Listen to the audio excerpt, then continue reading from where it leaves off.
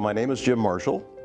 I live in Clearwater. Actually, I live in a town outside of Clearwater called Safety Harbor. I've been resident in the state of Florida for about 26, 27 years. I own my own business. We have a sales and business development firm that we just celebrated our 20th anniversary on. I've been married to my lovely wife Linda for about 43 years now. We've got 2 kids, both doing very well, and I'm an 18-year cancer survivor. In my business, we pedal the bike pretty hard. We go to conferences 3 times a year, and I was at our conference in November of 2005, and I remember talking to the corporate people there saying, I just don't feel well. I don't know what it is. I'm all run down, and I just don't have the same energy.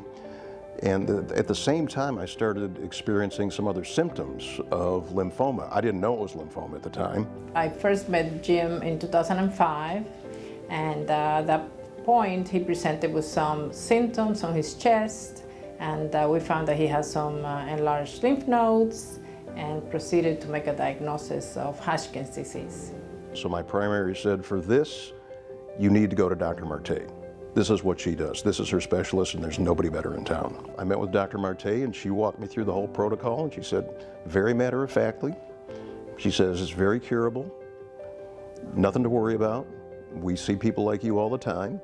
It's going to be scary to you, but trust me, this is what we do. He received chemotherapy, standard chemotherapy, and he had an excellent response, and fortunately, he has been with no evidence of recurrence for almost 20 years. The thing that I noticed immediately with Florida cancer specialists is that you came in and it was boom, boom, boom. You were in, you were out. They were very respectful of my time, but everything was terrific. From the front desk to the people back in the treatment room was great. I was training simultaneously before I got diagnosed. I was training for a marathon.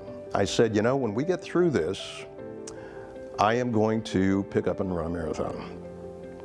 So I was on the board of the Leukemia and Lymphoma Society at the time, and they had a program called Team in Training. And the deal was, if you raised a certain amount of money, they would send you, all expenses paid, to the marathon that you choose.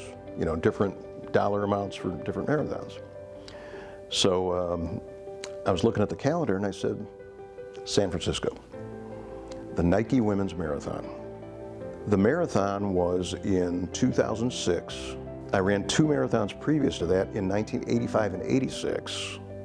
So I think timetable-wise, that means I got to run another marathon in 2026, every 20 years. So that's my goal. I feel really grateful that I was able to be a part of his treatment, of his life. We have seen our children grow, and we talk about what they're doing, if they finish college, if they are dating, or if they got married, if they any grandkids. So yeah, we have a great relationship, and I really love that, to have a relationship with my patients where it's not only taking care of their illness, but it's taking care of the whole patient.